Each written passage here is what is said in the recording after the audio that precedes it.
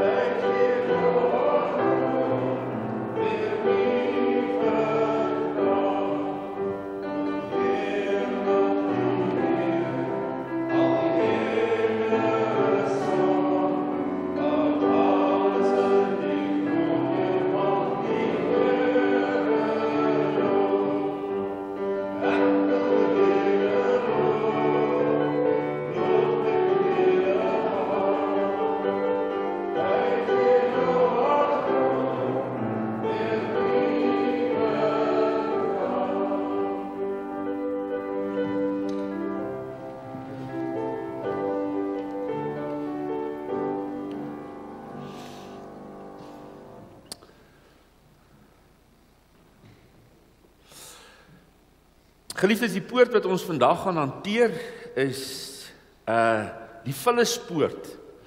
En ons sal sien, dit is 'n belangrike poort.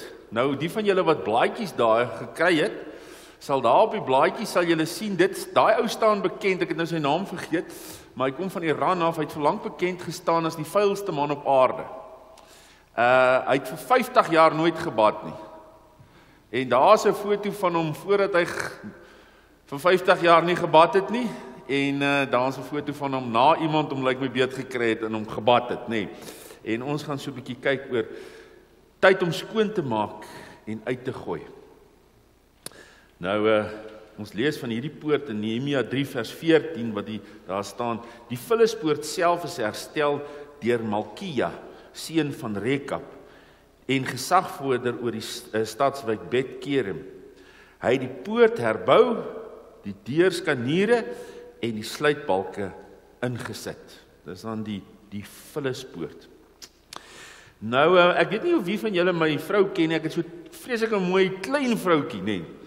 Maar so van tyd tot tyd, dan maak daai klein vroukie, veral vir my en my seuns, verskriklik bang, nee. Sy maak ons regtig bang.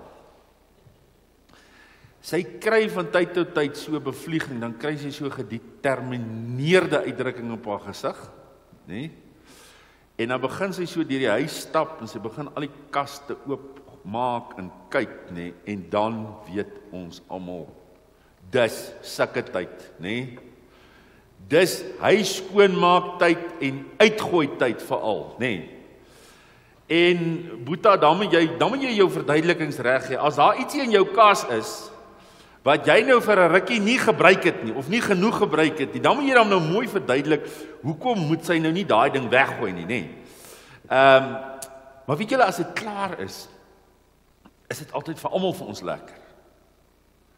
As die huis weer skoon is, as mens ontslae geraak het van al die gemors wat in die huis is, en skielik lyk 'n mens se huis mos weer sommer mooi. Jy weet, mense mooi goedjies lyk mos net nie mooi as dit so weggesteek is tussen allerlei rabbies nie. En weet julle broers en susters, so is dit nogal in ons geestelike lewe ook nodig om van tyd tot tyd huis skoon te maak. Om ontslae te raak van alles wat oortollig is. Maar meer is dit, ontslae te raak van alles wat vuil en nadelig is. Is dit nie so dat ons dikwels ons lewens verskriklik kompleks en ingewikkeld maak? Baie meer kompleks as wat dit nodig is. En weet julle, daarom is dit so belangrik dat ons hierdie poort, die Vullispoort, moet herbou in ons lewe. Daar moet 'n manier wees wat ons ontslae kan raak van alles wat vuil en verkeerd is, van alles wat oortollig is, sodat ons ligter, maar ook heilig kan lewe. En soos ek nou die stukkie gelees het oor hierdie Vullispoort, is die Vullispoort miskien nou nie een van die mooiste poorte in Jerusalem gewees nie. Is nou seker nie 'n poort wat as 'n toeriste aantreklikheid sou gewees het in Jerusalem, het jy nou mense heen gevat en gesê, kom kyk ons Vullispoort nie. Maar die Vullispoort het 'n verskriklike belangrike rol gespeel in Jerusalem. Dis 'n poort wat veral in die nag oop was, want in die nag was daar mense wat al die vullis wat in Jerusalem opgebou het, by hierdie poort uitgevat het. En ons moet onthou, daar was nie rioolstelsels nie, al die goeders moes uitgevat word. En dit was 'n poort wat aan die een kant Jerusalem mooi en skoon gehou het, maar aan die ander kant ook die stad gesond gehou het. Die inwoners beskerm het van siektes wat kon kom as gevolg van besoedeling en van vuilheid. En hierdie poort word dan herbou. En so is dit nodig dat ons as kinders van God gereeld in ons lewens van die vullis in ons lewens ontslae moet raak. Ons moet die Vullispoort in ons lewens herbou. En nou een van die gedeeltes wat nogal hieroor praat met ons is Paulus aan die woord in Kolossense 3 en ek lees dit graag vir julle. As julle dan saam met Christus opgewek is, soek die dinge daarbo waar Christus is en aan die regterhand van God sit. Bedink die dinge wat daarbo is, nie die dinge wat op die aarde is nie. Want julle het gesterwe en julle lewe is saam met Christus verborge in God. Dis 'n so mooi beskrywing, né?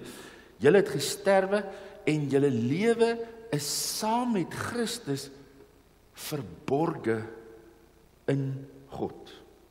Wanneer Christus wat ons lewe is geopenbaar word, dan sal julle ook saam met hom in heerlikheid geopenbaar word. Daarom moet julle die aardse dinge doodmaak wat nog deel van julle lewe is, onsedelikheid, onreinheid, welle, slegte begeertes en gierigheid wat afgoderry is.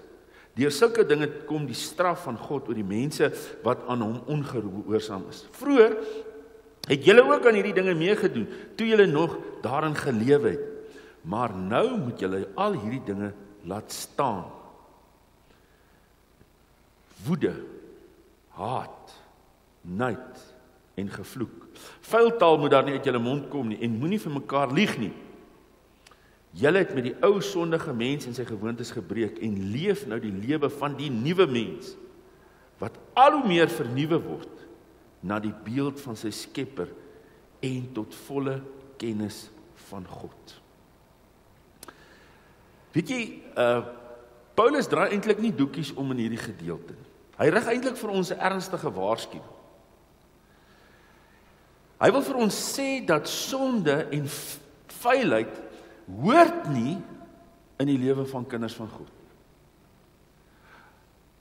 Met die samelewing wat ons in leef, en selfs in die kerk, is daar 'n gedagte by mense dat God in die afgelope 2000 jaar sy houding teenoor sonde verander het.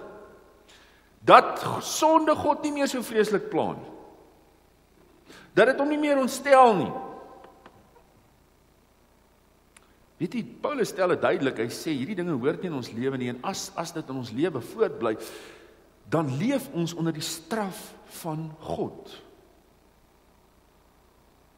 Dis 'n waarskuwing. God se siening oor sonde het nog nooit verander nie. En mens wonder partykeer, hoekom haat God sonde so? Waarom is God so teen sonde? En in die eerste plek, dit tas sy heiligheid aan, as ons sonde doen, want ons is sy beelddraers. Maar weet jy, daar is 'n belangrike rede as dit. En dis God se onverklaarbare liefde vir elkeen van ons. Die waarheid oor sonde is, sonde maak seer. Sonde maak stikkend. Sonde veroorsaak hartseer. Sonde het seer en slegte gevolge. En God gun dit nie vir ons nie. Daarom haat God sonde. En daarom is verlossing uit sonde deel van God se plan vir sy kinders se lewe. En nou gebruik Paulus twee baie sterk woorde. Hy gebruik in die eerste plek die woord nekrosate, wat beteken om dood te maak, om te vermoor. Nekrosate. Die woord nekro beteken dood. In die ou dae, in die Griekse kultuur, is na 'n begrafplaas verwys as nekropolis.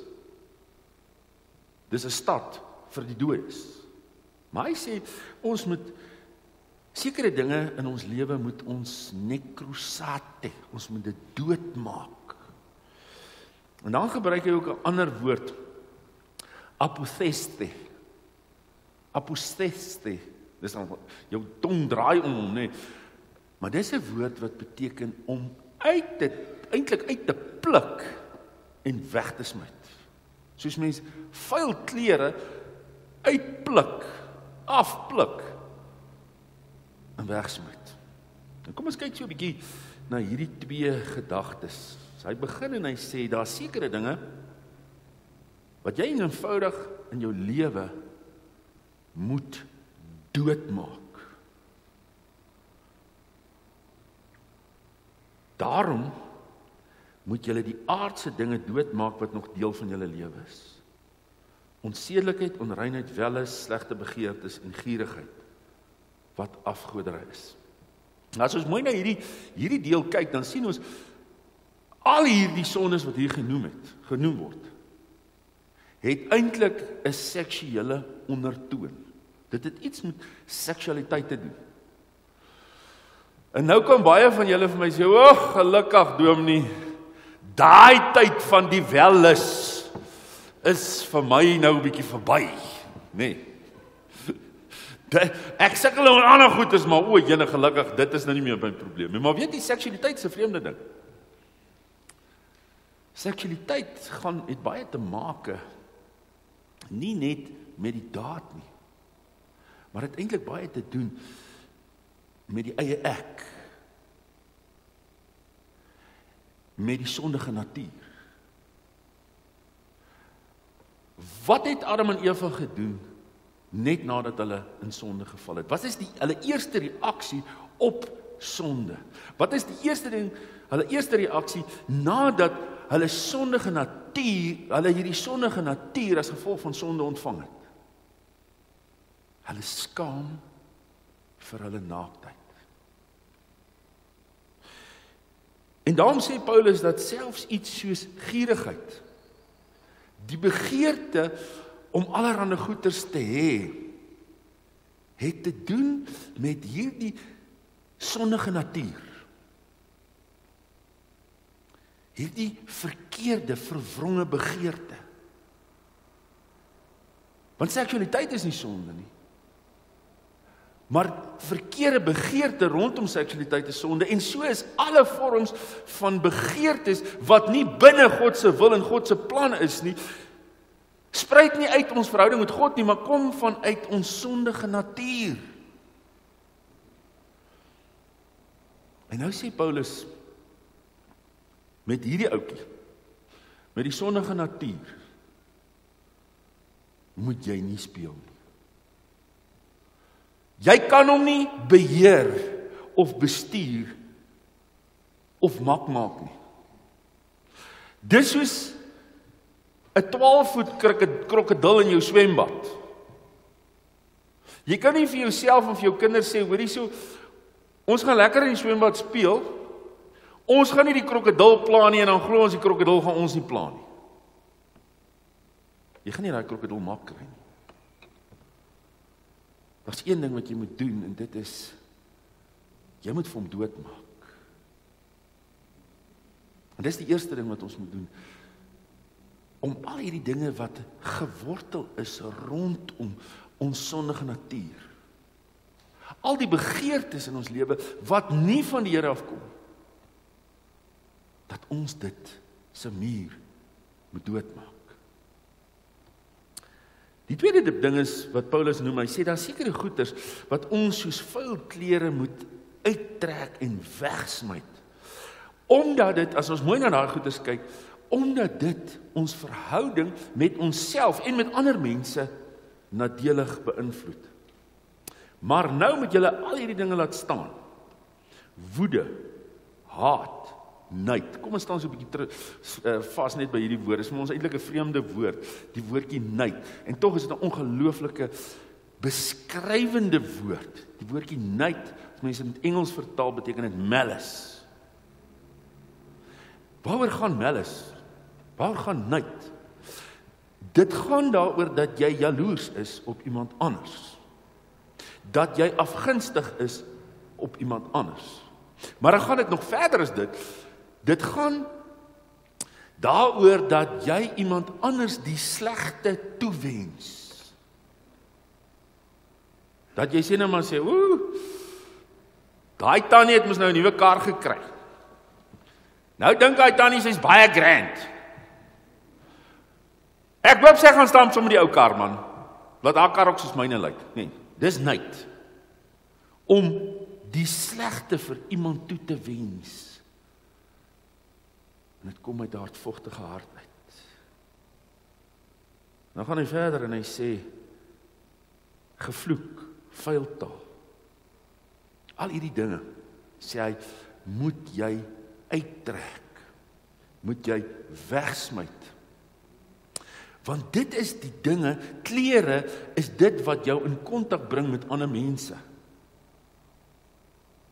Dit is wat mense sien. Dit is wat mense se verhouding beïnvloed. As ek nou vandag hierso met my vuil oorpakkie gestaan het, nee, en gepreek het, dan julle gesê, en julle teregter dit gesê, hierdie dominee het hier opgedaag, en hy het nie respek vir ons nie. Want hy het sommer met sy vuil klere hier opgedaag. En weet julle, hierdie dinge beïnvloed ons verhouding met mekaar. En dit maak 'n verhouding met iemand baie moeilik. Iemand wat afgunstig is, iemand wat heeltyd jaloers is, iemand wat wrokke koester. Iemand wat eintlik die heeltyd vir jou die slegste gun. So 'n persoon is bitter moeilik om in 'n verhouding mee te wees. So 'n persoon is iemand wat jy eintlik wil vermy. Dit maak dit so moeilik, as hierdie dinge in jou lewe is, om die liefde van Jesus Christus sigbaar te maak. Broers en susters, daarom moet ons hierdie dinge van ontslae raak. Maar die ander kant van hierdie ontslae raak is, weet julle, al hierdie goeders maak nie net dit moeilik om vir ander mense om in 'n verhouding met jou te wees nie. Dit maak jouself ook ongelukkig.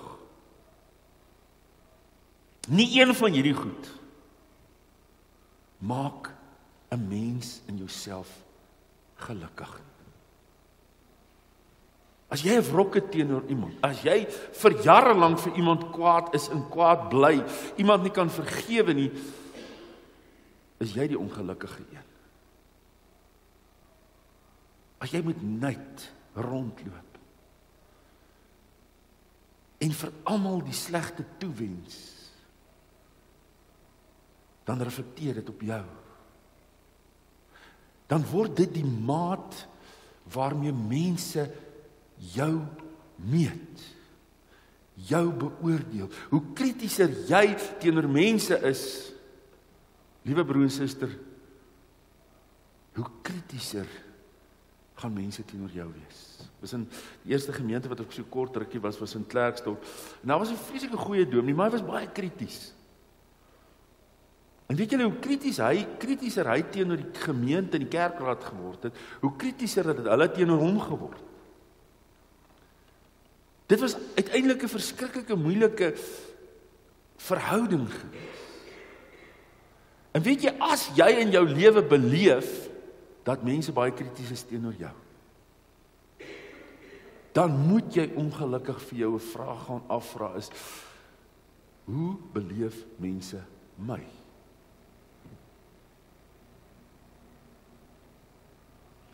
Hierdie goeders moet ons soos vuil klere uittrek, sodat ons die liefde van die Here in die wêreld kan indra. Nou jou goed, dis alles goed en wel. Ons het nou hierdie pragtige goed gesê, ons moet sekere goeders doodmaak, ons moet sekere goeders uittrek. Maar broer en suster, hoe kry ons dit reg?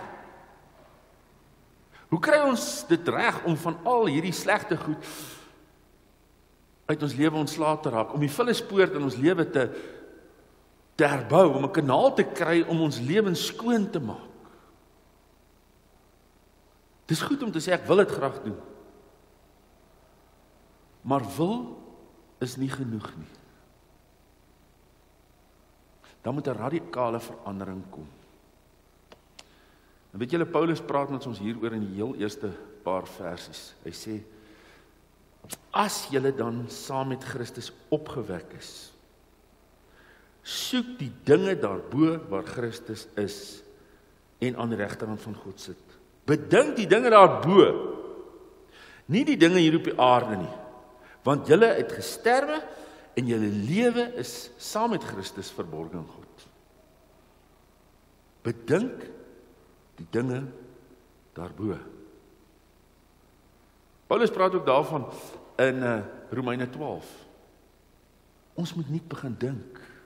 Ons moet anders dink om anders te kan leef, om ligter te kan leef, om skoon te kan leef en om heilig te kan leef, moet ons anders begin dink. Ons moenie meer aan die sondige soos aan die sondige wêreldse dinge dink nie. Nee, dis die gedagte. Maar hoe kry mense dit reg? Die probleem is, solank as wat ek en jy, luister nou mooi, soos wêreldse mense oor onsself dink, gaan ons aan wêreldse dinge dink. Wil dit weer sê? Solank as wat ek en jy, soos wêreldse mense oor onsself dink, gaan ons aan wêreldse dinge bly dink. Hoe moet ons dink? Hoe wil die Here hê, moet ons gedagtes verander, vernuwe? Hy sê vir ons twee goeters. En dis 'n stukkie versie wat ek nou nie gelees het nie, maar wat ek tog nou vir julle wil lees. Kolossense 3 vers 12 sê hy, julle is die uitverkore volk van God, wat hy baie lief het. Dis hoe jy in self moet dink. Die duiwel graag hê, jy moet voortdurend aan jouself bly dink, selfs na jou verlossing, selfs na jou kindskap, bly dink as 'n sondaar. As jy aan jouself bly dink as 'n sondaar, dan gaan jy dink, ag, ek is nou maar so gemaak en gelaat staan, ek is nou maar iemand wat wrokke het, ek is nou maar iemand wat verkeerde begeertes het. Jy moet nie dink oor jouself. Jy is deel van die uitverkore volk van God en het jou verskriklik lief. Dit is jou nuwe identiteit. En nou sê Paulus ook hier so, hy sê, julle het met die ou sondige mens en sy gewoontes gebreek en leef nou die lewe van die nuwe mens. Jy's 'n nuwe mens. Jy's nie meer 'n verlore sondaar. Jy's nie meer 'n slaaf van die sonde nie. Jy is 'n koningskind. En jou gedagtes moet gerig word daarop. Want die oomblik as ons so aan onsself dink, dat ek vir myself sê, my burgerskap is nie van hierdie wêreld nie, my burgerskap is van die hemel, dan begin ek nie meer dink net aan die wêreldse goeders en my 60, 70, 80 jaar hier op aarde nie, dan begin ek dink aan die hemelse heerlikheid en ek begin dink aan die ewigheid. Weet jy broer en suster, as daar 'n geliefde naby aan mens sterf, veral as 'n kind sterf, begin mens anders dink oor die lewe. Is dit nie so nie? Dan begin mens dink aan die dinge daarbo, waar die een is wat jy voor lief is. Word jou gedagtes gerig uit die stof, uit die wanhoop, na die hoop van die hemel. Maar broer en suster, die tweede ding is, ons moet anders begin dink oor genade. Om regtig los te kom van in ons lewens skoon te maak, moet ons anders dink oor genade. Ons word gered deur geloof uit genade alleen, maar genade beteken nie 'n groen lig om te kan sonde doen, om te kan leef net soos jy wil nie. Genade, broer en suster, is verniet, maar is nie goedkoop nie. Genade is die bloed van die enigste seun van God. Genade wil ons juis bevry tot 'n lewe van oorwinning. En derdens, juist daarom moet ons anders oor verlossing dink, broer en suster. Ek dink ons besef almal dat Jesus Christus het ons verlos uit die mag van die sonde en die dood. En die gedagte dat hy ons verlos het uit die mag van die dood is vir ons 'n wonderlike gedagte. Dit beteken dat ons nie vir die dood hoef bang te wees nie. Dit beteken dat ons kan uitsien na die ewigheid. Maar broer en suster, ons vergeet die eerste stuk. Hy het ons nie net verlos uit die mag van die dood nie. Hy het ons ook verlos uit die mag van die sonde. En juis omdat hy ons verlos het uit die mag van die sonde, juis daarom is ons verlos uit die mag van die dood. Die goed staan in verband met mekaar. Verlossing van Jesus Christus beteken dat hy my sondige natuur, daai ou groot krokodil in my swembad, dat hy hom doodgemaak het en dat hy my in staat stel om hom elke dag te oorwin. Dis wat verlossing beteken. Dis wat reiniging beteken. In 1 Johannes 1 vers 8 sê die Here Jesus, as ons beweer dat ons nie sonde het nie, dan bedrieg ons onsself en dan is die waarheid nie in ons nie. Maar as ons sondes bely, hy is getrou en regverdig, hy vergewe ons sondes en hy reinig ons van alle ongeregtigheid. Wat beteken reiniging? Reinig beteken oorwinning. Reinig beteken genesing. Reiniging beteken bevryding. Verlossing beteken dat jy in staat is om te triomfeer oor sonde. Want reinig beteken dat jy die Heilige Gees ontvang het. En dan gaan lees bietjie Filippense 1. Wie is die Heilige Gees? Filippense 1 sê die Heilige Gees is die Gees wat Christus uit die dood opgewek het en hom aan die regterhand van God gesit het. En dieselfde kragtige werking van die Gees wat Jesus uit die dood opgewek het, is tot jou en my beskikking in ons stryd teen sonde, in ons stryd teen versoeking, in ons strewe na 'n nuwe heilige lewe.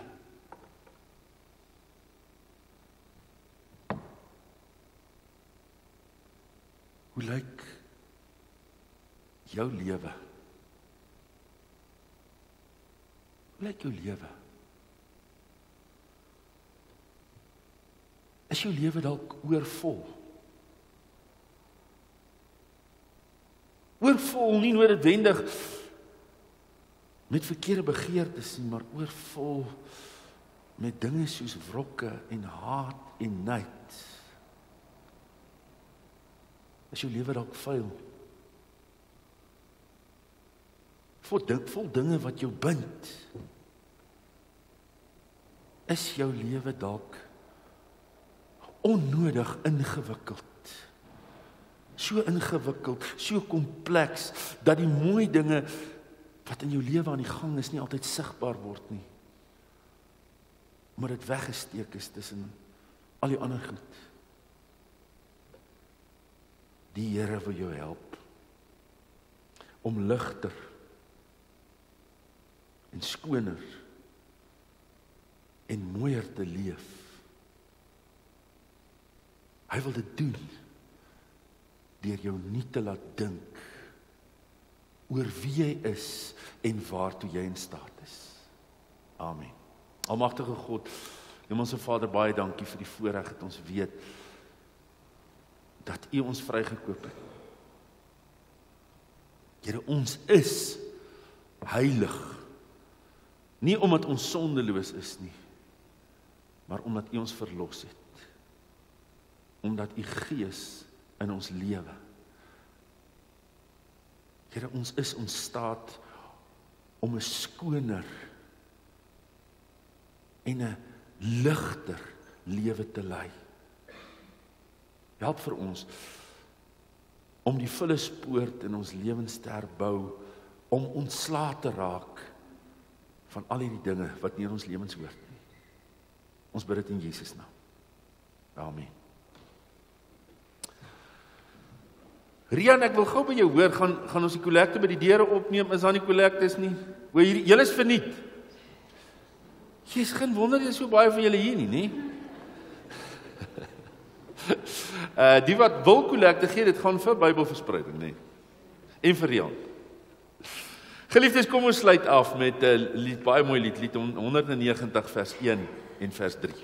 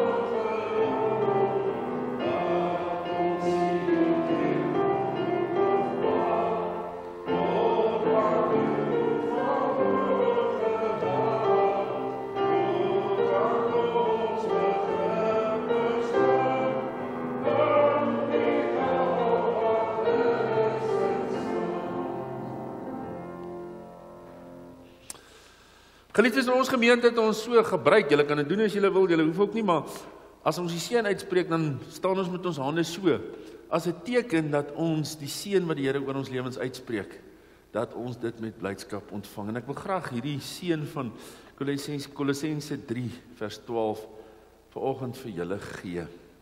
Wat sê, mag julle saam met al die gelowiges besef dat julle is die uitverkore volk van God, wat hy baie lief het. En mag julle daarvolgens gaan lewe. Amen.